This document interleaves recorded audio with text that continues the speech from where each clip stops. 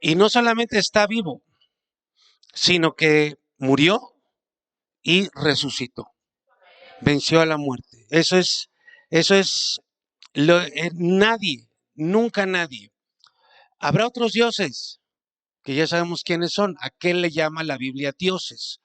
A demonios, a entidades espirituales demoníacas que se presentan ante sociedades, ante personas, ante naciones como dioses, y la gente los ha adorado como dioses.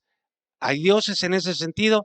Sí, pero todos son dioses con minúscula, todos son dioses falsos, porque no tienen esa categoría de Dios, y ninguno de ellos ha eh, experimentado en carne, como ser humano, lo que solamente Dios hizo. Uno de los dos milagros más grandes es que Dios se hizo carne en Jesús. El otro es que murió como nosotros. Pero el más grande de todos es que resucitó. Y eso es lo que celebramos y tenemos que declararlo a todas luces, como decía Diego, en las puntas de los cerros, digamos a través de los micrófonos, de las redes sociales. Jesucristo vive, está vivo y Él va a vivir para siempre y vamos a vivir nosotros para siempre con Él. Vamos a aplaudirle fuerte, ¿no? Con todo nuestro corazón. Acá también, allá en casa, por favor. Vamos a darle toda la gloria con todo nuestro corazón. Quiero pedirle a dos personas si me pueden ayudar a repartir de una vez el pan. Bienvenidas a todas las personas que nos están viendo fuera de la República Mexicana, en la República Mexicana. Si quiere alguien también, Diego, si quieres con la copa de una vez. Hoy vamos a celebrar también aquí la comunión, así que si ustedes están en casa y quieren celebrar la Santa Cena con nosotros de manera, como dice la Escritura, de manera ordenada, ¿verdad? Sabiendo lo que estamos haciendo, la mesa del Señor es un medio de gracia por el cual nos podemos nosotros acercar para poder estar en buena relación con nuestro Dios. Tenemos que hacerlo sabiendo que eh, él no retira nuestro lugar de la mesa, pero tampoco podemos sentarnos de manera incorrecta y tenemos que venir con un corazón humilde, reconocer nuestra maldad, pedir perdón con la intención seria de no volver a caer en esos pecados que podríamos estar cayendo constantemente. Les recuerdo a los padres el que estén ahí con sus hijos enseñándoles que esto no es un juego, no es no sé, se les puede hacer a los niños que es como el jueguito del té, ¿no? Por el vasito chiquito, pero no, es un símbolo que tenemos que guardar y respetar y vamos a aprender muchas cosas al respecto de esto, ¿no? No solo hoy, sino también más adelante. Y les quiero pedir que todos los que están aquí tengan ahí el cuidado de tener por ahí un ladito el pan. Se los entrego de una vez porque lo vamos a utilizar en algún momento de la predicación. Entonces, si quieren dejarlo a un lado, este, ahí por donde lo puedan tener a la mano, para que en el momento adecuado lo podamos usar, porque va a ser dentro de la predicación. Así que si ustedes escriben o quieren o van a ver su Biblia, pueden dejar el pan a un lado. Junto con la bienvenida que le damos a todos ustedes, pues también nos da mucho gusto poder tener aquí a Ame, ya que la semana pasada se sufrió un accidente. Ame, qué gusto que estás acá. Este, esperamos de todo corazón que estés bien. ¿Te ves bien? ¿Dolor de cabeza nada más? Perfecto. Eh, yo me he pegado en la cabeza varias veces y siempre pido que se me acomoden los tornillos que están ahí flojos. Me pego, no sé por qué, aquí está mi esposa de testigo de hecho por aquí creo que todavía traigo una cicatriz del último golpe que me di con con la cajuela del coche. Entonces, son golpes muy dolorosos. Nos da mucho gusto que estés acá. Y le enviamos también un saludo a Santiago. Espero, mi querido Santiago, que nos estés viendo. Eh, Tú tiene COVID, Santiago, entonces, pues esperemos en Dios, Santiago, que te recuperes pronto. Sé que no se siente mal, o no tan mal, entonces te mandamos un abrazo y esperamos tenerte pronto por acá. Y a todas las personas que nos ven en cualquier parte del mundo, bienvenidos este domingo de resurrección. Muy bien, pues aprendimos en esta semana que no hay fechas santas. No existe tal cosa como una Semana Santa, bíblicamente. O sea, no hay una instrucción de parte de parte de Dios en que tengamos que guardar semanas, meses o años como santos. Y aprendimos, a ver todos por favor, aprendimos que lo que sí hay es ¿un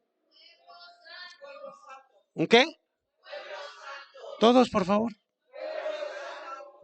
Hay un pueblo santo. Esa sí es la instrucción de parte de Dios. Muy bien, vamos eh, a continuar con nuestro aprendizaje, la enseñanza que la palabra de Dios nos da respecto a nosotros como seres humanos. Pero vamos a unir esto con algunas cosas. Sucedieron muchas cosas en aquellos días cuando previos a que Jesús fuera crucificado en la cruz y que resucitara. Pero vamos a empezar y vamos a retomar con el tema del alma. Y vamos a dejar claro, lo voy a dejar claro en este momento. El alma del ser humano, que es el soplo de vida que Dios puso en el varón primeramente, o en el varón, cuando sopló en su nariz, ahí en Génesis capítulo 2, dice que es el aliento de vida. Ese aliento de vida lo hizo ser, dice, y fue un ser viviente. Entonces, el soplo de vida nos hace ser, por lo tanto, el alma es vida y es ser. La diferencia entre la vida que nos da el espíritu y la vida que nos da el alma es que el espíritu nos da vida en cuanto a que nos conecta con Dios y el Espíritu Santo nos hace nacer de nuevo para que nuestro espíritu se reconcilie con Dios. Estar unidos a Dios es vida, pero el alma nos da movilidad. Es el alma el que te hace estar ahorita despierto, que te hace estar moviéndote, que te hace hablar, que te hace tener hambre, que te hace tener sueño, cansancio, todas las cosas buenas, pero también todas las cosas malas. Ahora, ¿dónde está el alma dentro de nosotros? Porque los griegos decían que el cuerpo es como una botarga, luego está como una capa interior, como una cebolla, el alma, y luego en el fondo, quién sabe dónde, por allá está el espíritu. Nosotros hemos aprendido que primero Dios primeramente creó el espíritu humano, después el cuerpo y luego sopló aliento de vida. ¿Dónde está esa vida?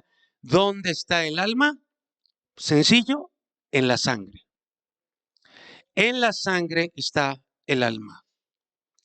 Vamos a empezar por Levítico capítulo 17, versículo 10. Y voy a tener que decir algunas cosas que no voy a poder desarrollar hoy, pero que en su momento desarrollaré, los dejaré picados, como decimos acá en México. Picados no quiere decir nada así, ninguna lesión en el cuerpo. Picados quiere decir que los dejo así como con la intriga de qué será esto. Levítico 17, versículo 10.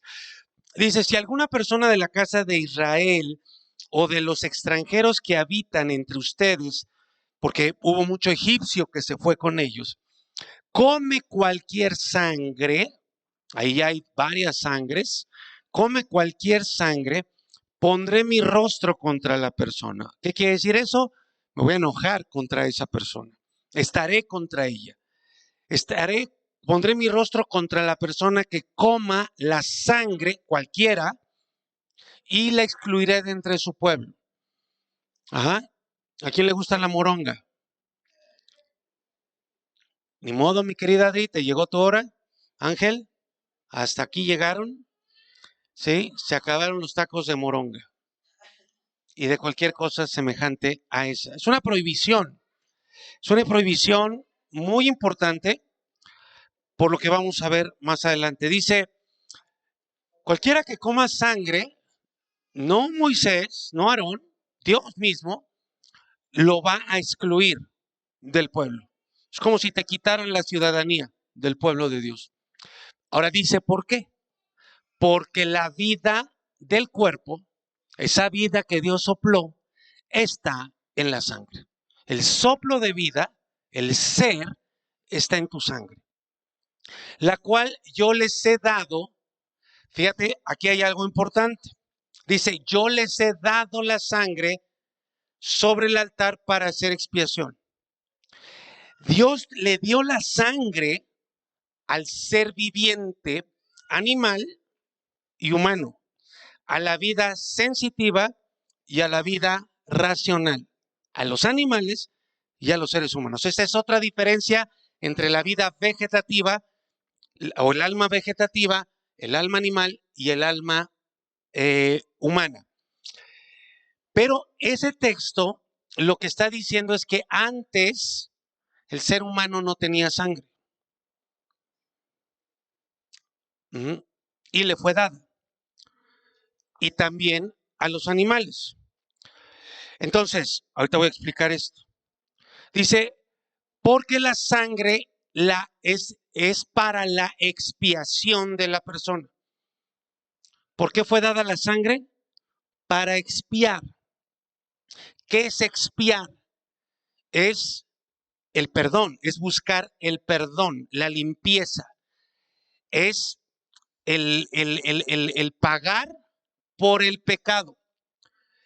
Entonces la sangre fue dada cuando fue necesaria la expiación, o sea, cuando hubo pecado. Antes de que el ser humano cayera no había sangre.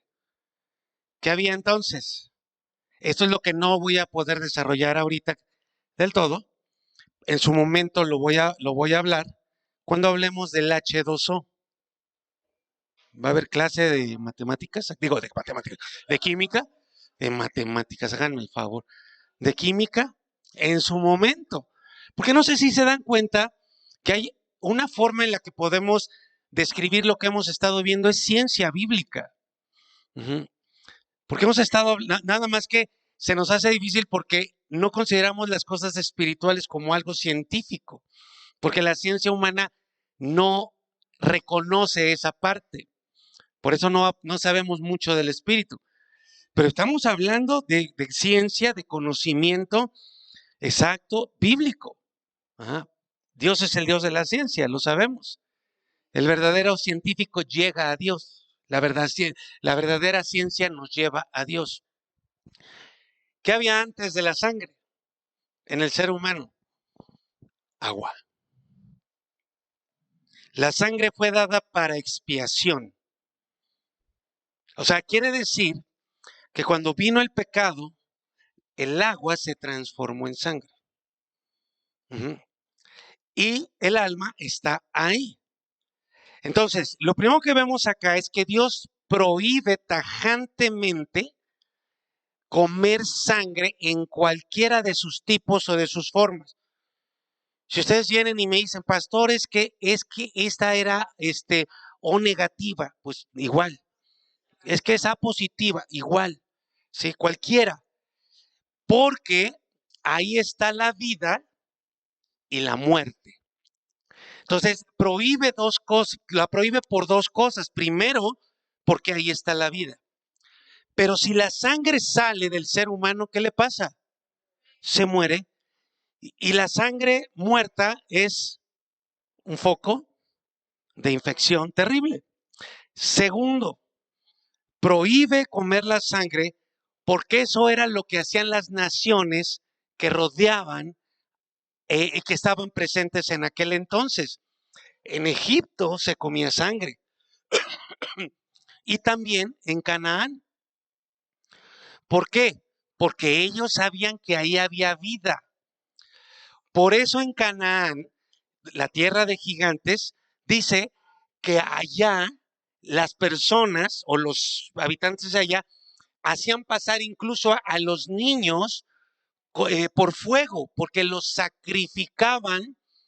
Y una de las razones por las que sacrificaban a los bebés era por lo que ya les he comentado del adenocromo, que es precisamente el comer, el beber la sangre de infantes, pero primeramente se les torturaba. O sea, yo sé que estoy hablando cosas aterradoras.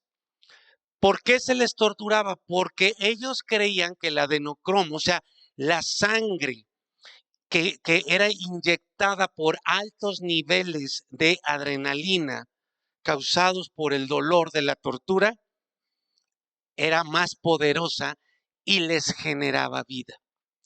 Algo que es importante para poder ir entendiendo más todo lo que hemos visto en estos tiempos, en estos días.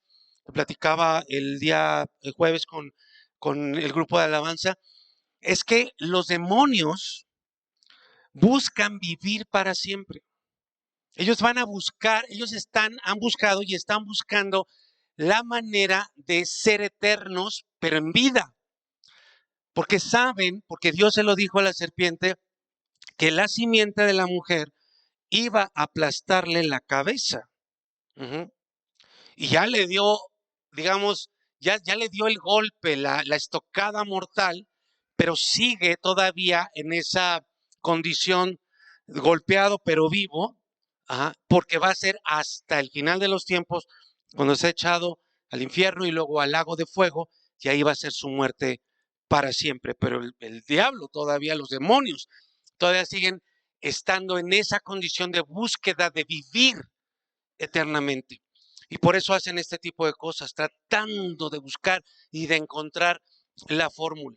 Entonces, las naciones de alrededor, guiadas por los demonios, también tenían esta práctica.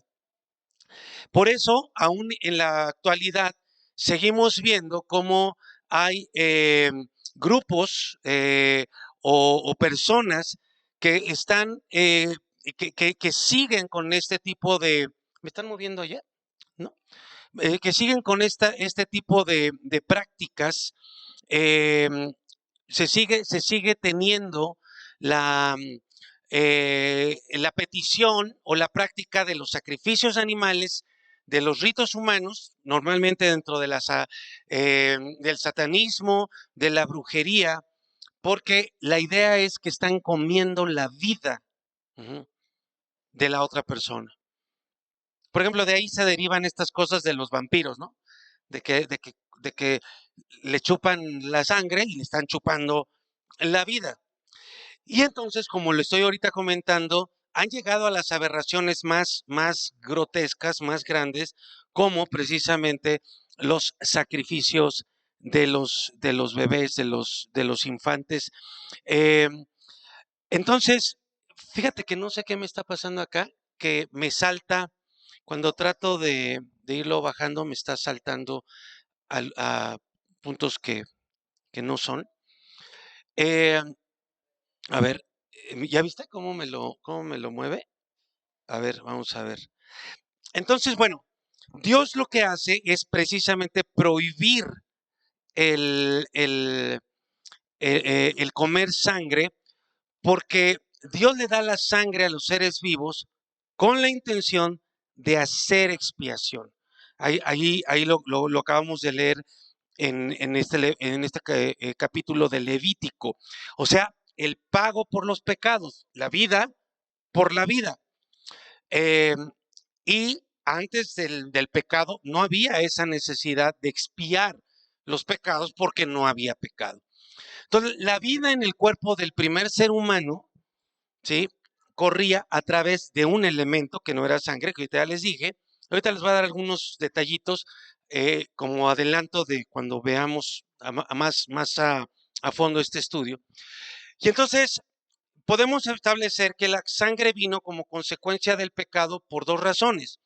Primero, porque la sangre muere, sale del cuerpo y muere. Y segundo, precisamente para pagar por en lugar del que peca. Miren el versículo 13, por favor, de este mismo capítulo 17. Creo que ya está, ¿eh?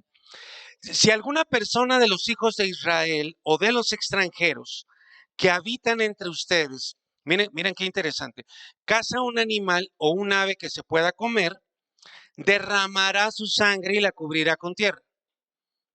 O sea, está bien comer animales, pero tienen que desangrarlos, tienen que quitarles toda la sangre. Y esa sangre, como es un foco de infección ya afuera, muerta, la tenían que cubrir con tierra precisamente para que no llegaran moscas y otras cosas y después se extendiera una infección por todo el campamento. Dice, porque la vida de toda carne en su sangre, pero si sale del cuerpo, muere. Por eso he dicho a los hijos de Israel, no comerán la sangre de ninguna carne, porque la vida de toda carne es su sangre. Vean cómo es repetitivo. Todo el que coma será excluido. Y la razón por qué es repetitivo es porque para Dios es muy importante este tema. Entonces Dios instruye a sacar la sangre de los animales, porque fuera es muerte. Entonces todo ser vivo de carne y hueso tiene sangre, y la sangre es el vehículo del alma. Entonces, ¿dónde está tu alma? Por todos lados. ¿Sí? Está fluyendo constantemente tu alma por todos lados. Esto que vemos en Levítico es reiterado, es reafirmado, es confirmado, reconfirmado, recontra confirmado en la segunda ley de Deuteronomio 12, versículo 23. Fíjate cómo les dice, solo cuídense de no comer la sangre, porque la sangre es la vida. No comerás la vida junto con la carne. La carne sí, unos taquitos de maciza con chiquita, pero sin sangre. No comerás la sangre, un buen corte, ¿no? Un bife de chorizo, 800 gramos mínimo, pero sin sangre, sino que la derramarás en tierra como agua. Por eso la sangre es líquida, porque viene de ahí. No comerás de ella. Ahora mira, aquí agrega algo muy, muy, muy bonito. No comerás de ella para que te vaya bien a ti y a tus hijos. Y este que te vaya bien tiene dos sentidos. Tanto físicamente, que estés sano, porque la sangre te puede dañar, y también para que en la obediencia de este mandamiento tú tengas prosperidad y bendición en todo lo que hagas, cuando hagas lo recto, que en este caso es no comer sangre, delante del Señor. Como vamos a ver en un momento, se los voy a mostrar en el texto bíblico, Dios es el dueño de todas las almas. Pero aquí yo les planteo una pregunta. ¿Él coloca cada alma en cada ser humano que Él forma? El Salmo 139, que ya conocemos, que lo hemos visto muchas veces, nos habla de cómo Dios forma nuestro cuerpo en las entrañas de nuestra madre. Tú formaste mis entrañas, oh Dios. Me hiciste, ¿ver?, en lo oculto. Pero cuando Dios está haciendo esa labor artesanal de nuestro cuerpo, Él también coloca el alma ahí, sopla en la naricita del bebé aliento de vida. Bueno, ténganlo ustedes claro, anótenlo, la respuesta es no. Cuando Dios da, Él sopló aliento de vida en Adán por primera vez, y esa alma venía de Él, era su soplo de vida y era perfecta. Pero después vino el pecado. Y lo que se corrompió, el espíritu se separa, el espíritu de Dios se separa del espíritu humano. El espíritu humano en ese sentido queda muerto porque queda separado de Dios, y el cuerpo y el alma se corrompen. Y luego dice Romanos 12, 5:12, dice, por el primer Adán entró el pecado. ¿Qué quiere decir esto? Que ahora la condición del cuerpo y del alma corrompidas, ya no perfectas, es la herencia que Él nos pasó y que vamos pasando de generación en generación, y podríamos decir de generación en degeneración, si no está Cristo en nuestras vidas, ¿verdad? Entonces, cuando hablamos de que nacemos con una tendencia hacia el mal, que tú lo puedes ver en tu hijo, en breve lo vamos a ver en Lena, Ajá, esa tendencia, ¿no? Y lo vemos en los chiquitos, que quieren desobedecer, que quieren hacer algo que no está bien. ¿Cómo lo saben? Porque eso está precisamente en el alma desde que nacemos, nuestra tendencia al mal. Esa es la primera expresión de esa herencia de Adán. Por lo tanto, Dios no coloca un alma torcida. Dios no coloca un alma ya corrompida, ¿sí? ¿Cómo llega el alma a un nuevo ser? Precisamente por la herencia genética de sus padres. ¿Ah? ¿Dónde está el alma? Viene como parte de la herencia genética. Miren Hechos capítulo 17, versículo 24. Y miren, otra vez les digo, miren por qué la palabra de Dios, la Biblia es la palabra de Dios. Miren por qué es inspiración. Hay textos como estos donde el autor, en este caso Lucas, está hablando de él en su mente tiene otro tema, tiene un tema central, pero de repente surgen cosas como estas, donde podemos ver esa inspiración del Espíritu Santo. Dice, el Dios que hizo el mundo y todas las cosas que en él hay, siendo Señor del cielo y de la tierra, no habita en templos hechos por manos humanas. Ese es como el tema que él trae. Ni es honrado por manos de hombres, como si necesitase de algo. Pero aquí vienen estas inspiraciones. Pues Él es quien da a todos vida y aliento, el alma, y todas las cosas, tu espíritu, tu alma y tu cuerpo. Y mira, y de una sangre ha hecho todo linaje de los hombres, toda raza, ¿sí? Toda forma física, ¿verdad? Y todos los tipos de sangre los hizo de una sangre. ¿De qué sangre? Podríamos decir de la de Noé, pero Noé también sabemos que venía de Adán. Ajá. Para que habiten sobre la faz de la tierra. Y les ha prefijado el orden de los tiempos y los límites de su habitación. Máximo 120 años y no vamos a salir del planeta. Ay, y entonces la luna, bueno, ese es otro tema. Ahora mira, ¿por qué Dios prefijó, por qué Dios acortó los tiempos y delimitó nuestra habitación? Para que busquemos a Dios. Si en alguna manera, ahí está nuestro espíritu muerto, palpando, palpando. El espíritu, aunque está muerto en nosotros, todavía sigue siendo una forma en que podemos buscar a Dios, pero te puedes equivocar y buscando a Dios llegas al sol y empiezas a adorar al sol. Llegas a la serpiente y empiezas a adorar a la serpiente. Llegas al santo y empiezas a adorar al santo. O sea, por eso nos equivoca o por eso la gente se equivoca.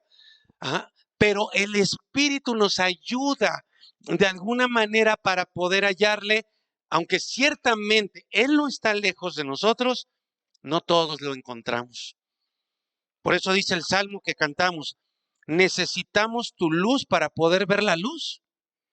Porque el que está ciego completamente de los ojos físicos, por más que le pongas un reflector enfrente, va a ver algo. Necesita primero que sean abiertos sus ojos. De la misma forma, espiritualmente, tú le has hablado a algunas personas de Dios y no entienden nada, absolutamente nada. Te dicen que sí, pero no entienden nada. Escuchan un mensaje, pero no entienden absolutamente nada, porque necesitan la luz de Dios para poder conocer la luz del mensaje. Entonces dice acá que todos venimos de una sangre, de la de Adán. Ahora, mira esto. De esa misma sangre tuvo que ser Jesús, ¿cierto? No, claro que no. Claro que no. Porque precisamente por eso no se requirió de la participación de José, ¿no? José ya estaba informado y le dijeron, José, en este momento puedes ir a Starbucks, tómate un cafecito, vete a ver una película a Cinépolis. En este momento no te requerimos, muchas gracias. Ajá. No, Jesús no tuvo esta sangre, ajá, porque si hubiera sido la sangre de José, hubiera venido corrompida. Su alma, el alma de Jesús, la sangre de Jesús hubiera estado corrompida como nosotros, pero tuvo sangre en su cuerpo. Ah, caray. Interesante. ¿De dónde venía esa sangre? Pues del papá. ¿Cómo viene la sangre? ¿De quién? De Dios. Por supuesto, en el cuerpo de María como recipiente. Por eso su sangre fue perfecta. Por eso tenía que ser así, de esa manera, sin un alma corrompida, sin una sangre corrompida, para que su sangre, la única, perfecta, limpia, pura, total y absoluta, fuera derramada para perdonar el pecado de toda la humanidad. Solamente una sangre perfecta podía limpiar el pecado de toda la humanidad. Entonces, el aliento de vida y todo lo que nos ha dado, comenzando con el espíritu humano, también la muerte misma, aquí dice, la muerte física misma, se nos dieron, espíritu, alma, cuerpo y muerte, se nos dieron para que busquemos a Dios, para que lo podamos hallar, para que sepamos que tenemos que apurarnos, porque el tiempo se nos va, ¿sí? Y tenemos que apurarnos para poder encontrarlo verdaderamente. Ahora, vamos a ver algo más del alma. Yo les he dicho que el alma realmente es la que peca, no tu cuerpo. Y aquí está, mira lo que dice Ezequiel capítulo 18. Es el alma la que te mueve al chisme, a la mentira. El alma es la que te mueve a alimentarte equivocadamente y destruir tu cuerpo. Es el alma la que hace que tengas flojera y no te levantes. Es el alma la que te hace ser irresponsable. Es el alma la que te hace justificarte ante Dios, ¿no? Y ser orgulloso. 18:4 dice, está hablando Dios y dice, primero, todas las almas son mías. Igual que el espíritu, nada más que aquí es porque Él lo da. No es la participación de Dios, es que Él sopla la vida en nosotros. Como el alma del Padre, así el alma del Hijo. Todas son mías. Pero luego establece, el alma que peque, esa morirá. Ahí tienes tú cómo es tu alma la que te incita a pecar. Cualquier pecado, cualquier cosa es el alma la que te lleva a cometer una infracción de la ley de Dios, la que te lleva a ser inmoral, la que te lleva a ser mentiroso, la que te lleva a ser grosero, mal hablado, desatento. Es el alma la que te hace distraerte, la que te mete sueño cuando quieres leer la palabra de Dios, cuando quieres orar. Entonces, la diferencia entre el espíritu y el alma, ojo con esto y anótalo, es que el espíritu no va a ser juzgado. El día que tú mueras, tu espíritu va a regresar a Dios, pero tu alma sí va a ser juzgada. Es tu alma la que va a ser juzgada y sentenciada, porque es el alma la que peca. ¿Cuándo muere el alma? ¿En qué momento muere el alma? Si el alma está en la sangre, todo esto tiene que ver con el agua, el alma muere cuando le hace falta oxígeno, porque precisamente ahí también corre. Por eso lo tenemos muy reciente, todo ese tema de la pandemia. Ese era el problema, la oxigenación. Y entonces aprendimos todos que una oxigenación de ¿cuánto? De 90 está bien, pero ¿con cuánto te mueres? Ya 80 ya te llevan al hospital, ¿no? O te meten, te empiezan a poner oxígeno, porque tu sangre necesita oxígeno. Y entonces, si no hay oxígeno, la sangre muere y el alma muere. Fíjate qué interesante, cómo son cosas que nunca hemos tal vez considerado, que tu alma necesita oxígeno. ¿Qué habrá soplado Dios en nosotros entonces? ¿Habrá sido ahí el inicio del oxígeno? Ezequiel 18:19 dice, y si dices, si tú piensas, es lo que está diciendo, Si tú piensas, ¿por qué el Hijo no llevará el pecado del Padre? Miren aquí, pongan toda su atención, porque eso es muy importante. Dice, porque el Hijo hizo según el derecho y la justicia. Entonces está diciendo que un papá se equivocó, tomó decisiones equivocadas, pero el Hijo no. El Hijo tomó decisiones conforme al derecho y a la justicia. Guardó todos mis estatutos y los cumplió. De cierto vivirá. Y luego explica a Dios. Otra vez, el alma que peque. A ver, levante la mano. ¿Cuál de las almas de aquí no ha pecado? Levante su mano alto. Un alma que no haya pecado, por favor, aquí. Oigan, este es el pueblo santo de Dios. ¿Cómo que no hay?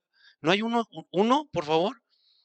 A ver, alguien que tenga cara de bondad, por favor. ¿Uno que no haya pecado? ¿No? Dios mío. Qué tremendo, ¿verdad? No, yo tampoco la puedo levantar, yo soy el primero que la dejo abajo. Entonces dice, el alma que peque, esa morirá. Y entonces se establece el principio. El Hijo no llevará el pecado del Padre, ni el Padre llevará el pecado del Hijo. Esto, ¿qué está diciendo ahí? Esto es responsabilidad de cada uno. Aquí se echa abajo a Freud y a cualquier otra corriente psicológica que dice, ay, no, es que tú eres así porque tu papá, tú eres así porque tu mamá, es que tu tía te agarró a zapes, es que tu tío te encerró. Y entonces, pobrecito, pobrecita, no te preocupes. Si eres como eres, si eres un ratero, si eres un homosexual, si eres un tranza en tu oficina, si eres un iracundo, no te preocupes, es culpa de ellos. Lo que tú tienes que hacer es aceptarte a ti como eres. Amén. Acéptense como son. Están justificadas tus pasiones desordenadas porque te hicieron daño. Te hicieron daño. Mira cómo te dejaron esa cabeza de tanto zape. Puedes hacer lo que tú quieras. Amén. ¿Por qué no? Sí, es re bonito. Es maravilloso no responsabilizarse de las cosas. Por eso el alcoholismo es una. Estoy enfermo. Estoy enfermo, entiéndeme, me tienes que dar mi medicina. Y mi medicina se llama Black Label, azul, o Blue Label, ¿no? De las caras. Y ahí están los padres dándole a sus hijos el objeto de su adicción. Lo que está estableciendo aquí Dios es, cada uno es responsable, ¿sí? Y luego dice, la justicia del justo será sobre él, y la impiedad del impío será sobre él. Entonces, todos y cada uno de nosotros somos y seremos responsables de todas y cada una de las decisiones y acciones que tomemos. Pero todo se reduce a esto. Si una persona decide seguir a Cristo, que no es igual que venir a la iglesia, o sea, la persona que sigue a Cristo va a estar dentro de la iglesia, va a ser parte del cuerpo de Cristo, no va a faltar, nunca. Pero la persona que viene a la iglesia no necesariamente es del cuerpo de Cristo. ¿Sí entendemos eso, verdad? ¿Sí entendemos eso, verdad? ¿O no? Ok. Entonces, si una persona decide seguir a Cristo y su hijo no, como lo veíamos hace poco los líderes de discipulado, de ahora podemos ver por qué dijo supuesto pastor, que analizamos un video que decía, si no te preocupes por tus hijos, si tú eres salvo, tus hijos también van a ser salvos. Falso, falso. Aquí lo está dejando claro. Ajá. Si tú decides seguir a Cristo y tu hijo no es salvo. Ahora, si tu hijo decide seguir a Cristo y tú no, entonces él es el que se rindió a Cristo, él es el que entregó su vida, tú no. O sea, imagínate que tú traigas a tu hijo a la iglesia en edad infantil, pasan a su enseñanza y el maestro y la maestra guían a tu hijo a Cristo y tu hijo e hija entregan y rinden su vida a Cristo y tú no. Y tú crees que porque tú los traes a la iglesia y porque ellos están dando muestras, fruto de su cambio, de su arrepentimiento, tú ya eres salvo. No. La justicia se le contará al que hace lo justo. la maldad a quien hace maldad. ¿Qué es hacer justicia? Es seguir a Cristo. Es nacer de nuevo. Es que el Espíritu Santo nos haga nacer de nuevo para que podamos cumplir con la palabra de Dios y entremos en ese proceso de santificación de nuestra alma y de nuestro cuerpo. Entonces, no podemos echarle la culpa a nadie por tus palabras y por tus acciones. Hijos, ustedes pueden romper los patrones equivocados de sus padres y mejorar los patrones correctos de sus padres. Ajá. Eso es, Dios les da ese poder, les da esa oportunidad a cada uno de nosotros. Ojo con esto, por favor, que acabo de decir, pero lo voy a repetir. Yo te diría que lo anotes porque esto es importantísimo. Todos tenemos la oportunidad, una oportunidad constante. Todos tenemos la oportunidad de actuar diferente a como actuaron nuestros padres. En otras, si lo digo en forma negativa, tú no estás condenado a repetir los patrones de tus padres. ¿Cuántos de ustedes creen que si hay su papá, su mamá, su abuelo, su abuela, paterno, materno, murieron de diabetes, de un infarto, o tuvieron hipertensión, cuántos creen que ustedes reciben esa herencia genética de parte de sus padres? ¿Nadie? ¿Ángel nada más? Ok, otra vez. ¿Cuántos de ustedes creen, como nos dicen los doctores, que si ustedes tuvieron antecedentes en sus padres y abuelos, antecedentes de diabetes, de cáncer, de hipertensión, de infartos, cuántos de ustedes creen que ustedes reciben esa herencia genética? Ok, por favor, ojalá, ojalá hoy lo puedan quitar eso de su mente. Lo que reciben es la herencia del patrón de conducta. Eso es lo que reciben. Ajá. La herencia principal genética es la que les dije hace rato. La tendencia al mal, la tendencia a pecar. Ajá. Que pudiera haber afectaciones físicas en nosotros, orgánicas, por la mala alimentación o los malos patrones de nuestros padres, sí. Pero como tal, no es igual que si tu papá fue alcohólico, tú seas alcohólico. Eso es mentira. Que si tu papá fue hipertenso, tú vas a ser hipertenso. Eso es mentira. Así, igual que ya estás condenado a eso. No. Eso es una mentira. Lo que no señalan los sistemas médicos, y no lo van a señalar, son los patrones de conducta, los hábitos de alimentación que tenemos en casa. Por eso estoy diciendo, y es muy importante esto, que todos tenemos una oportunidad constante de actuar diferente, de actuar correctamente y no como lo vimos en casa, en todo. No solo en la alimentación, no solo en dormir las horas correctas, no solo en hablar correctamente, en actuar correctamente. Vemos tristemente que en México y en muchas partes seguramente vemos que hay familias de ladrones, ¿no? De rateros. O sea, los padres no solamente consintiendo que sus hijos roben, sino enseñándoles a robar. Y se van haciendo de generación en generación porque son conductas enseñadas. Entonces, esto es importantísimo para todos. No porque tuviste un mal ejemplo, o te dañaron, o te rechazaron, o te hirieron. Eso no justifica a nadie a hacer lo mismo. Que esa es la trampa del rechazo. Como me hicieron, entonces yo también puedo hacer. No, aquí lo acabas de ver.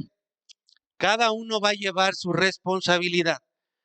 Pero antes de eso, Dios nos da a todos la oportunidad constante de cambiar.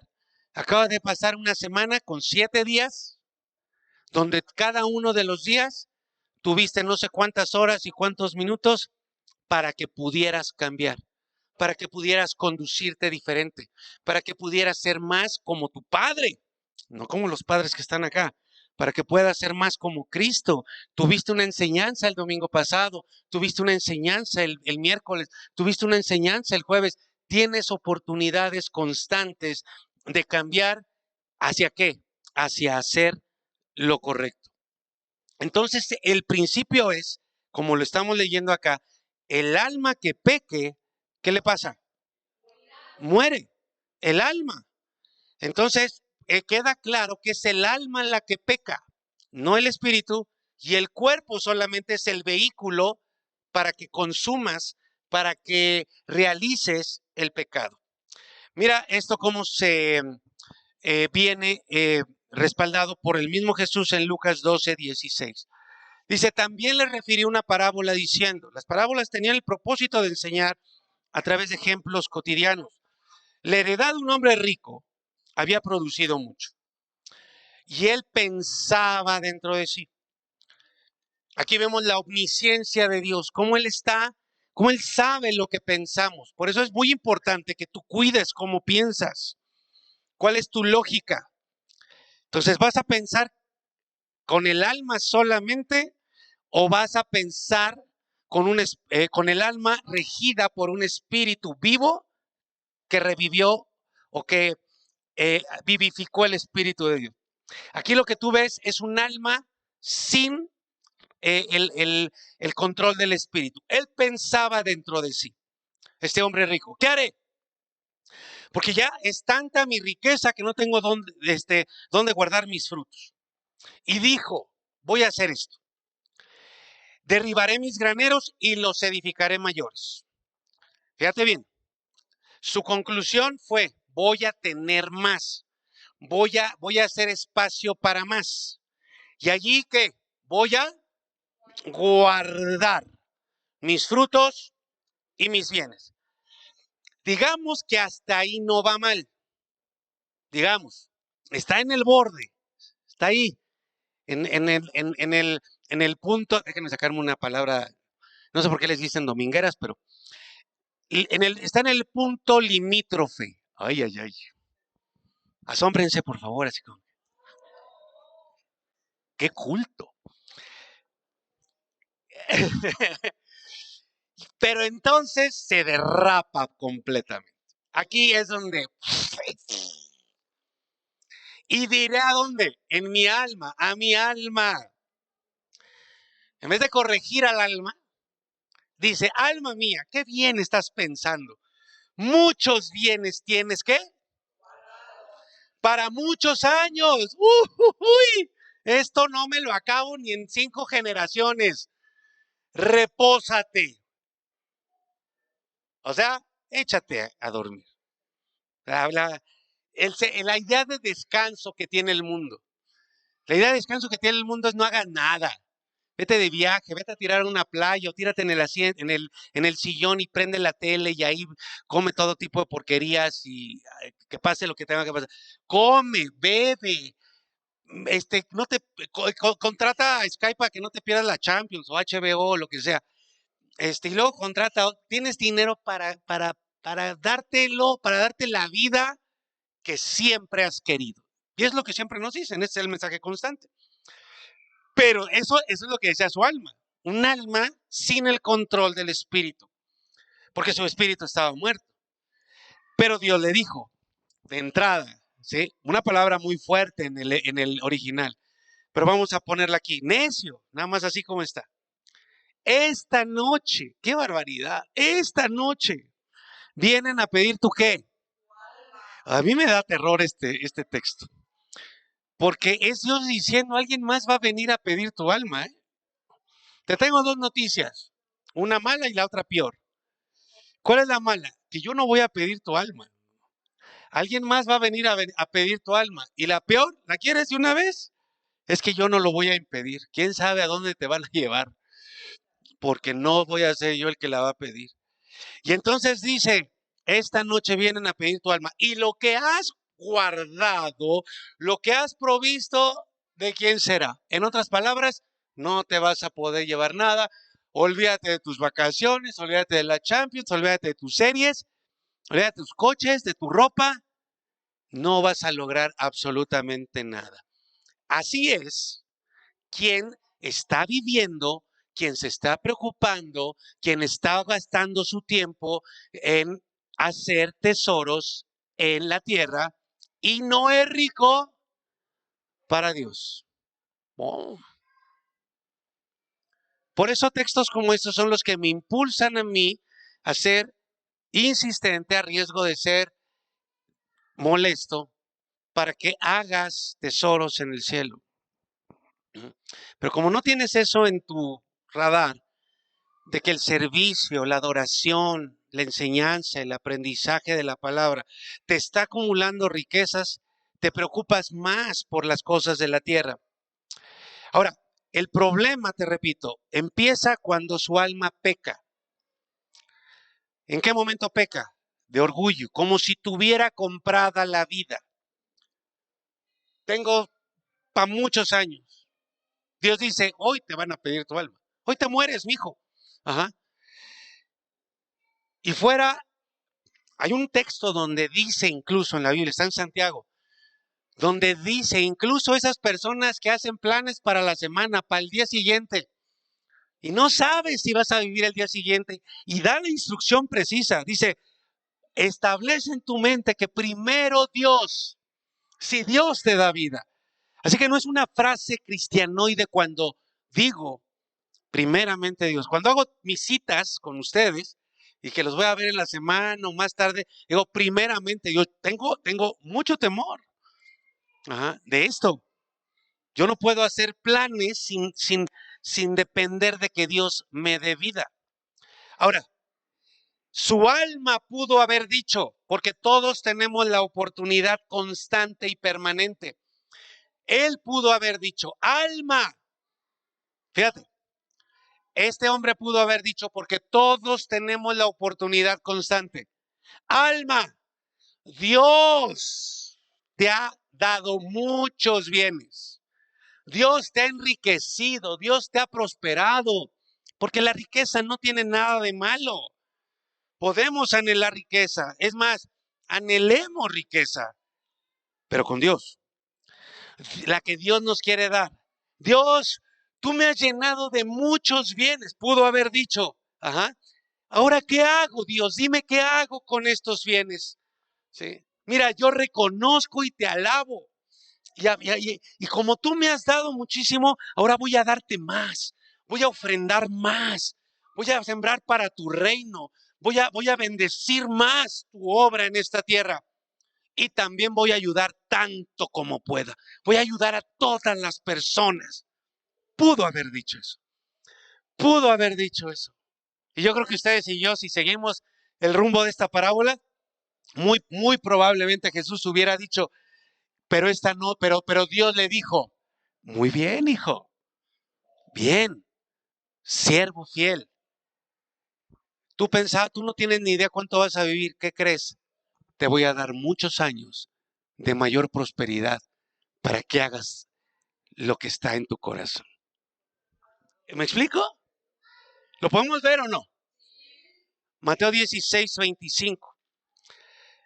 Dice, podríamos cambiar el por qué por pero todo aquel que quiera salvar su vida. Ahí tienes el ejemplo. ¿Qué es salvar la vida? Guardar para ti, trabajar para ti, intentar tener más. Aunque no tengas, todo es tuyo, tuyo, tuyo, tuyo, tuyo, tuyo. El que quiera salvar su vida, ¿sí? ¿Por qué no estuviste aquí en la enseñanza? ¿Por qué no estuviste en la predicación? Lo que sea que me digas, estás guardando tu vida, estás guardando tu vida, estás queriendo tener más, te estás preocupando por lo temporal. Cualquiera que viva de esa manera, lo va a perder, dice Jesús. Y todo el que pierda su alma, su vida, a causa de mí, la hallará. Por eso te puse esta contraparte que no viene en la escritura, pero que no hacemos violencia. Porque ¿qué aprovechar? Fíjate, esto es tremendo. Porque ¿qué aprovechará al ser humano, a las personas, si ganas todo el mundo, con todas sus riquezas, pero tu alma se pierde, tu alma se pierde, tu alma se pierde. Ujú. Pero está peor la última pregunta de Jesús. ¿O qué recompensa dará el hombre por su alma? ¿Qué está diciendo? Cuando el alma esté perdida, cuando llegue tu último aliento aquí, cuando te sea retirado el espíritu y tu alma no tenga oxígeno, entonces, ¿sí? Tú vas a decir, tengo tantísimos millones allá. Imagínate a Bill Gates.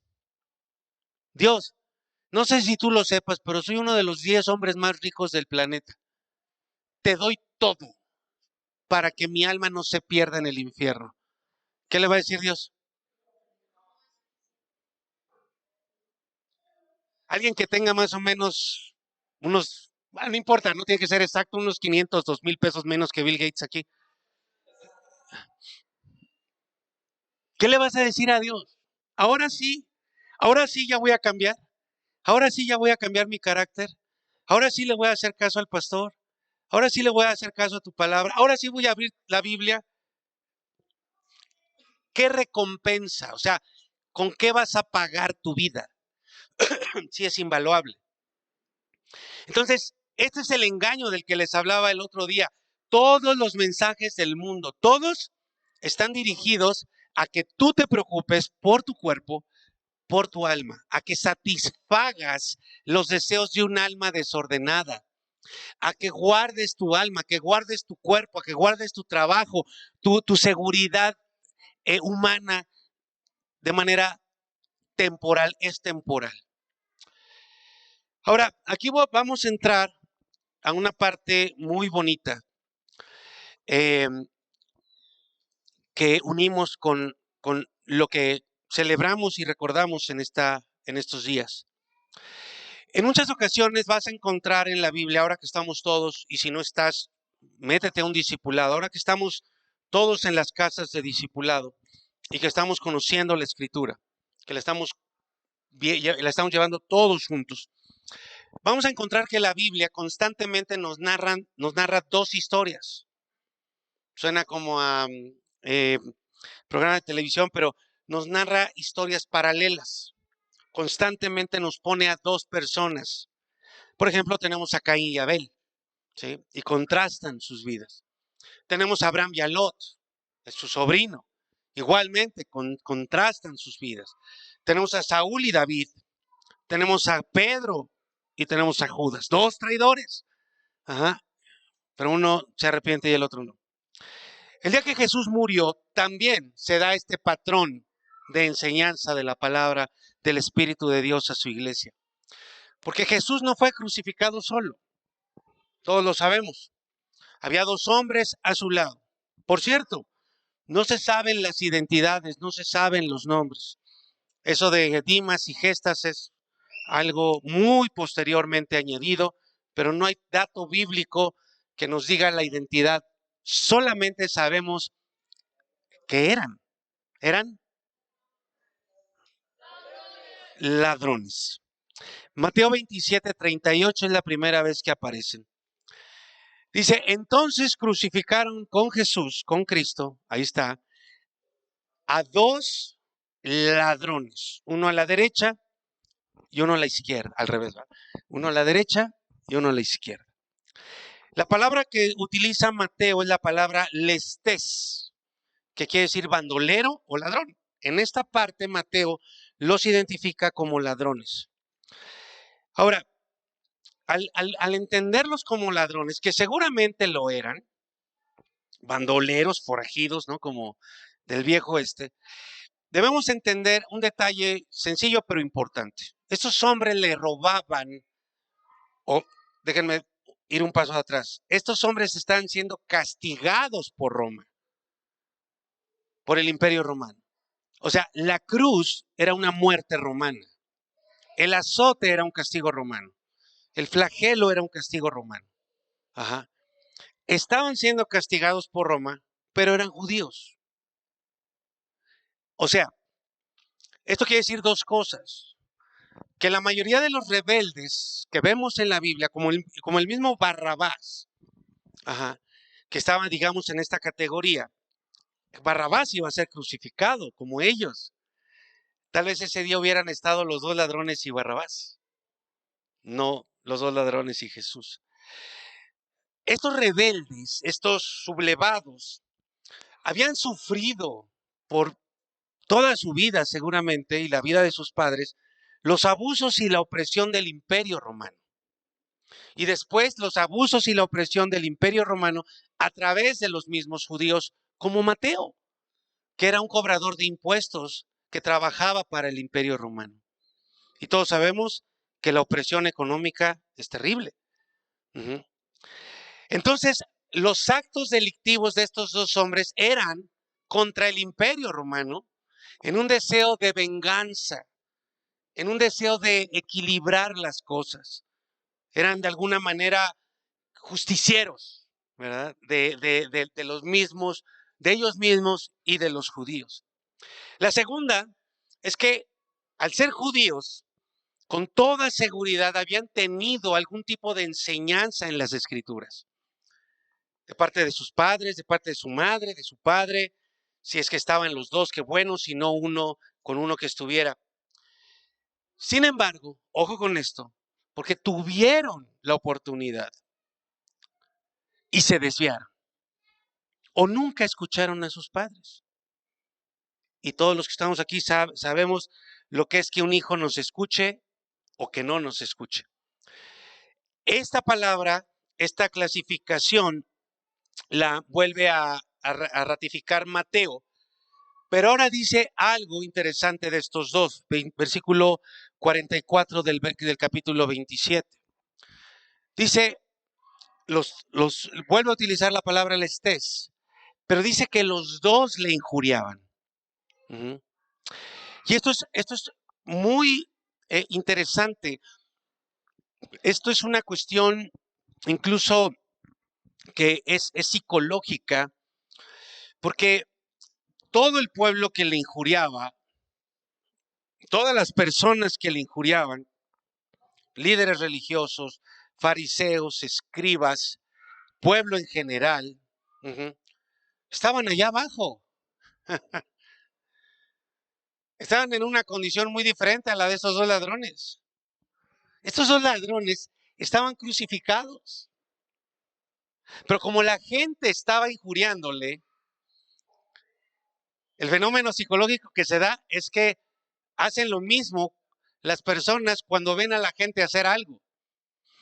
Hay un ejercicio muy curioso en un centro comercial, en una escalera eléctrica, donde van bajando unas personas y hay dos o tres que están participando de este ejercicio. Cuando llegan ya a la parte para salir de la escalera, uno hace esto y entonces otros dos o tres hacen lo mismo. Ya los que vienen más atrás no tienen ni idea de qué está pasando y no hay nada.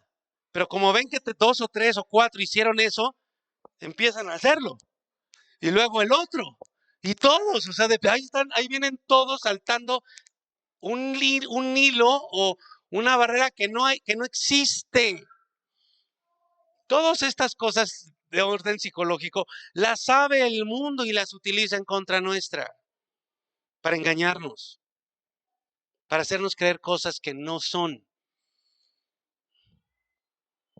Y puede ser algo tan burdo como eso, pero la gente se lo traga. O cualquier otra de las miles de cosas que hay en la vida. Tal vez tú, si eres de los tiempos bíblicos, tienes suficientes años para haber leído un periódico donde daban las noticias del día.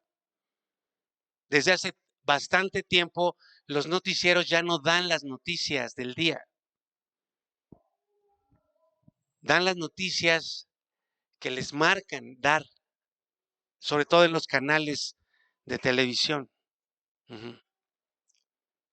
Y no lo sabemos.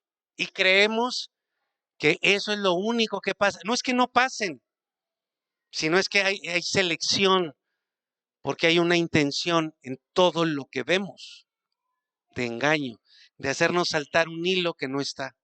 presente. Entonces, estos hombres parecía que no se daban cuenta de su condición. Para ellos, inconscientemente, cegados, cauterizadas, hacían lo mismo como si estuvieran las personas, como si ellos mismos estuvieran abajo, como si ellos no estuvieran sufriendo.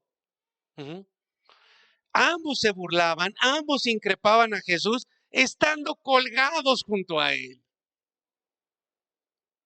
Tenían las manos clavadas, hermano. Estaban sangrando, se estaban asfixiando igual que Jesús. Y ni ese dolor, ni esa condición les pudo hacer abrir los ojos. Estaban a punto de morir y no se estaban dando cuenta de su condición. ¿Por qué te lo digo? Porque mira hasta dónde puede llegar la ceguera espiritual. Hay veces que decimos, fulano de tal le pasó esto, ojalá ya cambie, ¿o no? ¿No lo han dicho ustedes?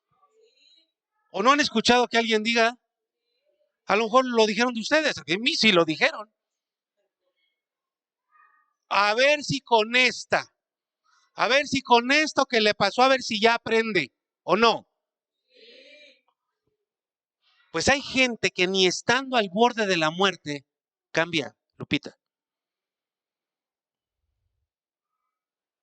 Menos va a cambiar. Con razón no cambió con tanta insistencia del pastor.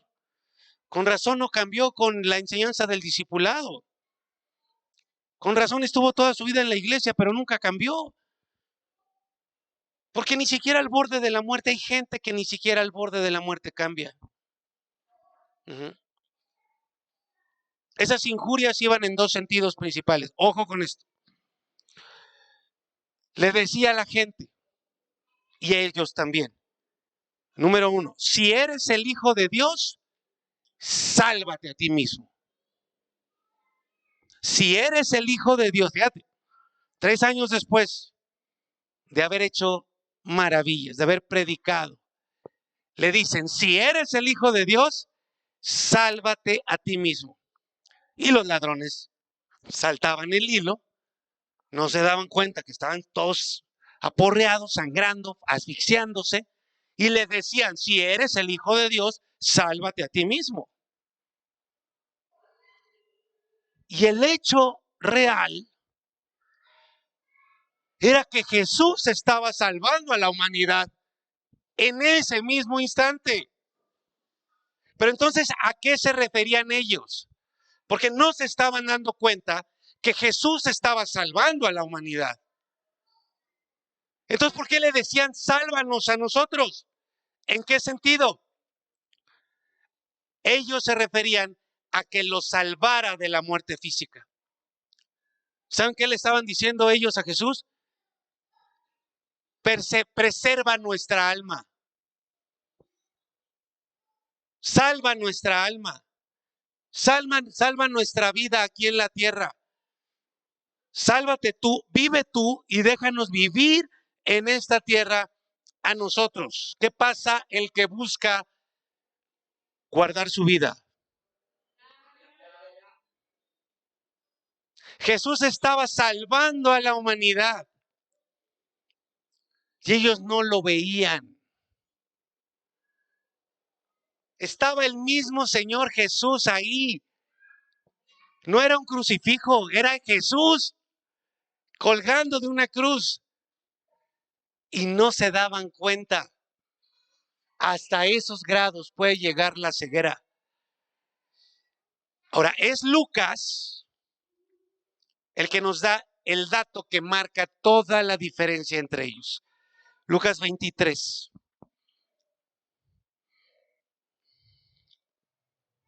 Veo a algunos luchando y les aplaudo y les animo a que se esfuercen para que no se pierdan esto, por favor. 23:32 dice, llevaban también con Jesús a otros dos que eran, y aquí cambia, dice, eran malhechores para ser muertos. Y cuando llegaron al lugar llamado de la Calavera, le crucificaron ahí y a los malhechores, para que no quede duda. uno a la derecha y otro a la izquierda. Aquí la palabra que utiliza Lucas es kakourgos. Ya no son solo ladrones, son criminales. No solamente habían robado, habían matado. Esa palabra era bastante peor que ladrones. Entonces, estos criminales que seguramente habían robado, los dos estaban injuriando a Jesús, los dos se burlaban de Jesús, le reclamaban como si estuvieran abajo con los líderes religiosos y el resto del pueblo. Pero de pronto, el otro, uno de los dos se cayó. Este es el momento. Esto es lo que tienes que es así circular en tu Biblia, aunque sea tu celular, márcala ahí. Saca un clavo y marca con la pantalla para que no se te vaya. Ese es el momento que tú necesitas. Eso es lo que más necesitas tú y yo. El momento y la causa que hizo que uno de estos dos criminales que se estaban burlando se quedara callado. ¿Y por qué se quedó callado? No se había muerto. No se murió. Algo pasó. Su alma salvaje, desordenada, fuera de control, de pronto fue amarrada. De pronto la callaron. De pronto la controlaron. 39. Y uno de los malhechores que estaban colgados le injuriaba, uno, ya nada más uno, y le decía, sálvate a ti y a nosotros. El otro ya no. Mientras este seguía igual y estaba uno al lado del otro ahí, juntitos, como tú con la persona que está al lado, como la persona que está atrás. De pronto algo pasó en ese y mientras el otro le injuriaba, el otro se cayó. Dejó de estar en control su alma y en su espíritu como a tientas recibió un destello de luz. Los deseos de venganza, el dolor por el abuso, por la opresión, por la pobreza, dejaron de dominar el corazón torcido de ese criminal y pudo ver algo. Pudo ver lo que el otro no veía. Pudo ver lo que la multitud no veía. ¿Qué? Pudo ver su condición. Eso es lo que tú necesitas. Eso es lo que tú necesitas. Esa es la luz que tú necesitas. Esa es la experiencia espiritual que tiene que pasar contigo. En este mismo instante. Algunos lo están recibiendo, preguntaría de los demás. ¿Quién? De pronto. A lo mejor no pensó esto, seguramente no pensó esto, pero ¿quién se pitorrea y amenaza con demandar al Estado cuando está a punto de recibir la inyección letal? ¿Me explico?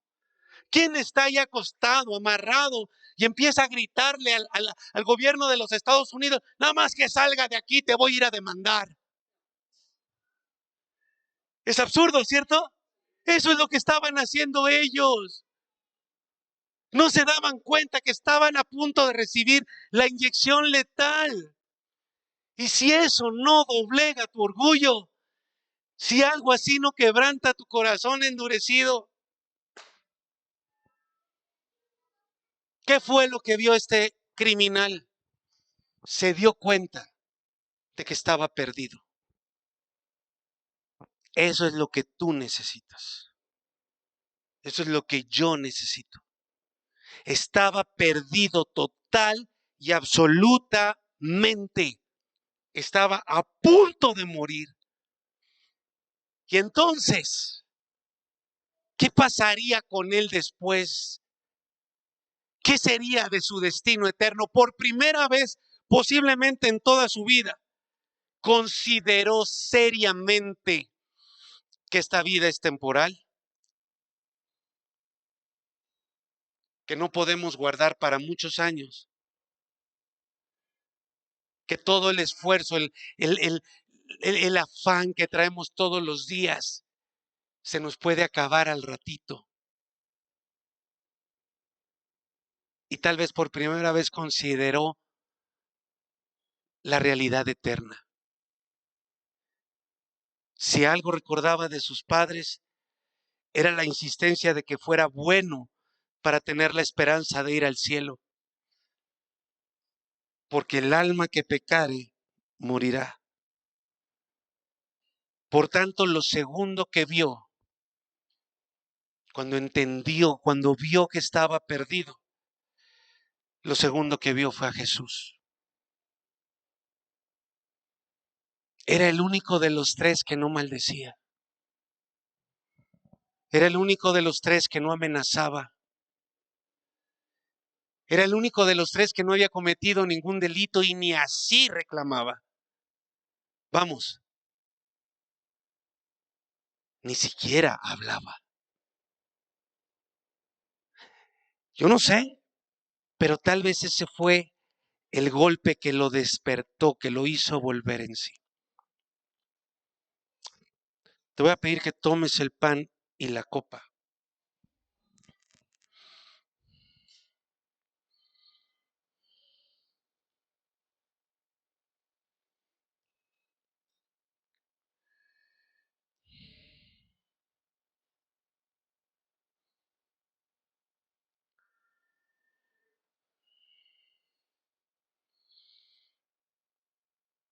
Y vamos a ver si sucede algo como lo que pasó con aquel criminal. Yo no sé si eso que veía fue lo que lo hizo volver en sí, porque con toda seguridad él había escuchado las palabras del profeta Isaías: despreciado y desechado entre los hombres, varón de dolores, experimentado en quebranto, y como que escondimos nuestro rostro de él. Sí, Jesús, luego. Sí, Jesús, luego. No tengo tiempo. Tengo cosas que hacer. No puedo. Mis hijos, mi casa, mi trabajo, mi salud, mi dinero. Discúlpame, estoy muy ocupado. Como que escondimos nuestro rostro de él. Fue menospreciado y no lo estimamos. Si eres el Hijo de Dios, sálvate a ti mismo y sálvanos. Si eres el Hijo de Dios, dame el trabajo que te pido, el dinero que necesito, la vida que quiero. Si eres el Hijo de Dios, sé el león y no el cordero. Sé el rey, no el siervo. Sé el conquistador, no el que se entrega. Sé el campeón, no el derrotado. Si eres el Hijo de Dios, haz lo que te pido cuando te lo pido y como yo te lo pido. Solo así voy a creer en ti. Ciertamente Él llevó nuestras enfermedades y sufrió nuestros dolores. Y nosotros lo tuvimos por azotado, se lo merece, por herido de Dios. ¿Quién sabe qué habrá hecho y abatido? Si eres el Hijo de Dios, baja de esa cruz, termina con tu sufrimiento y termina con el sufrimiento de todos nosotros. Si eres el Hijo de Dios, sáname ya. Si eres el Hijo de Dios, quita todas mis dolencias porque no merezco sufrir. Si eres el Hijo de Dios, declaro que estoy sano y que nunca me enfermaré. De otra manera, no creeré en ti. Todos le reclamaban, como hoy el mundo le reclama. Todos lo desafiaban, como hoy el mundo lo desafía. Si es tan bueno, ¿por qué hay hambre? Si es tan bueno, ¿por qué hay criminales? ¿Por qué hay muertes? Todos se burlaban de él. Incluso el criminal que colgaba en su vergüenza, que estaba a punto de morir, se burlaba de él. Pero veía que no abría su boca, que no respondía, que no decía nada.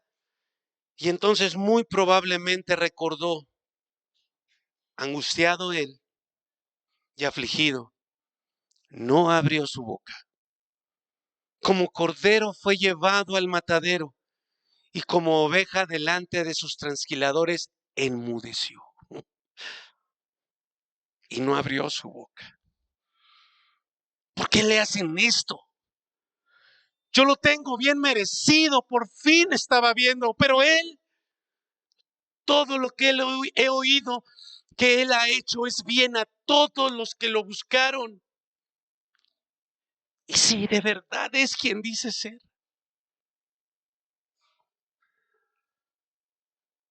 Yo soy el pan de vida.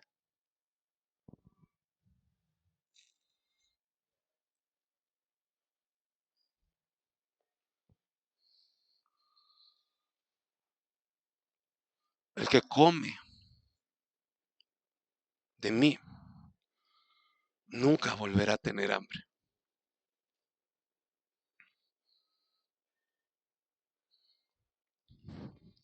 Esta es mi sangre.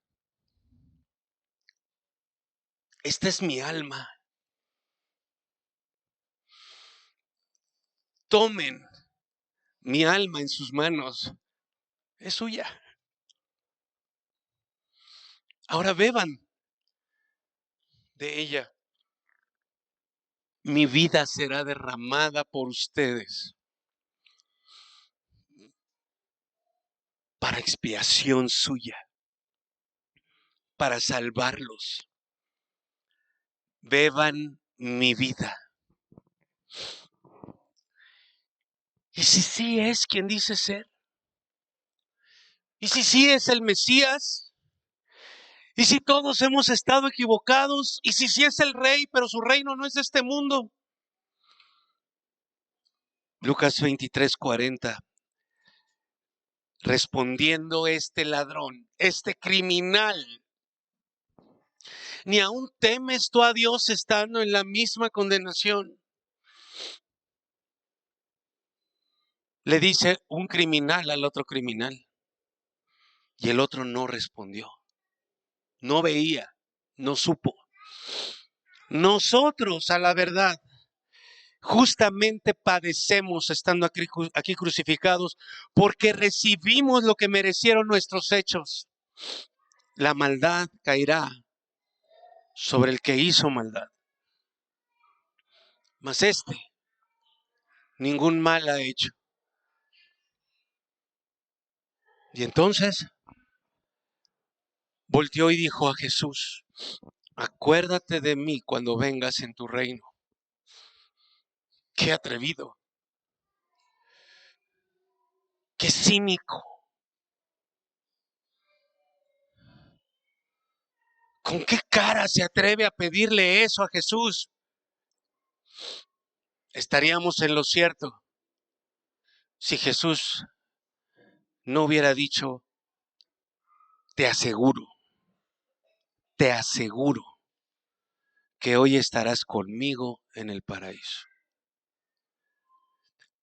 Las injurias se detuvieron, cesaron los reclamos y la conciencia que está en el espíritu vivió.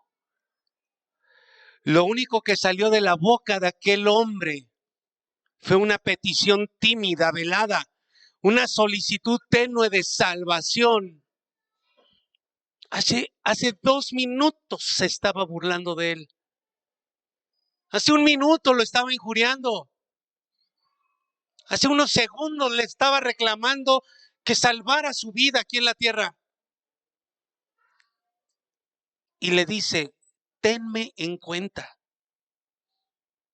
Por favor, tenme en cuenta para ser parte de tu reino. Apenas de manera tímida salió esa petición que contrastó con la respuesta contundente y determinada de Jesús. Te aseguro, te aseguro, te aseguro que las personas como tú no merecen ir al cielo. Te aseguro, criminal, que estás yendo demasiado al pedir eso. Te aseguro, ladrón, que estás totalmente errado al solo atreverte a solicitar algo así. ¿Dijo eso Jesús? Hubiera sido justo si lo hubiera dicho, pero no dijo nada de eso. Dijo, te aseguro, ojo, que estarás conmigo. Si Jesús me asegura estar con él, ya no me importa dónde. Porque donde está Jesús, aun si fuera el peor de los desiertos, sería el paraíso. Porque no es el paraíso, es Él. El ladrón, el criminal,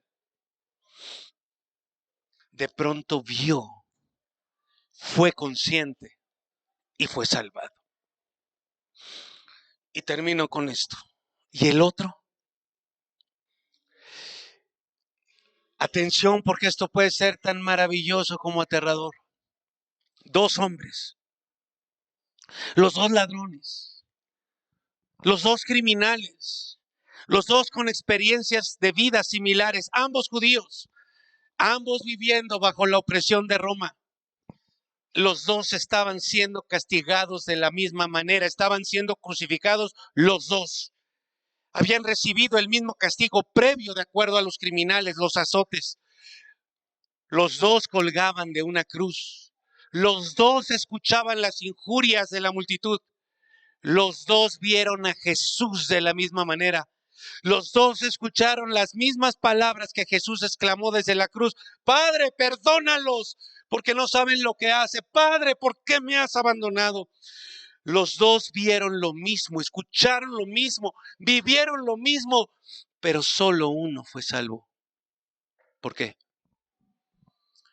Porque uno vio algo que el otro no vio. Porque uno escuchó y el otro no escuchó. Porque uno decidió creer y abrió su boca para suplicar y el otro para injuriar. Iglesia, gente hermosa, ¿qué ves tú? ¿Ves lo bueno o lo malo? ¿Ves a Dios o ves la ausencia de Dios? ¿Ves que mereces solo lo bueno y no lo malo? Eso lo determina tu alma o tu espíritu. Lo que vemos y oímos, o cómo vemos y cómo oímos, está determinado por un alma dirigida por las pasiones desordenadas o por un espíritu vivificado. Amados, aquí todos hemos robado algo.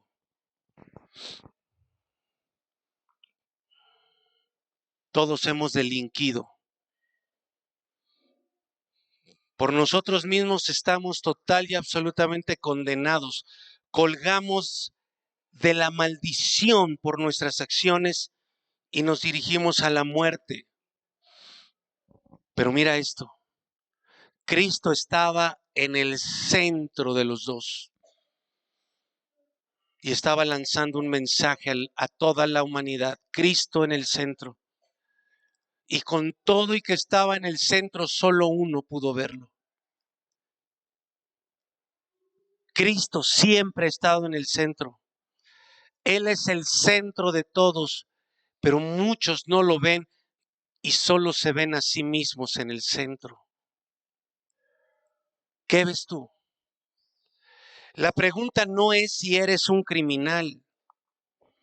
Te repito, ¿qué ves tú? ¿Un hombre, una mujer justa?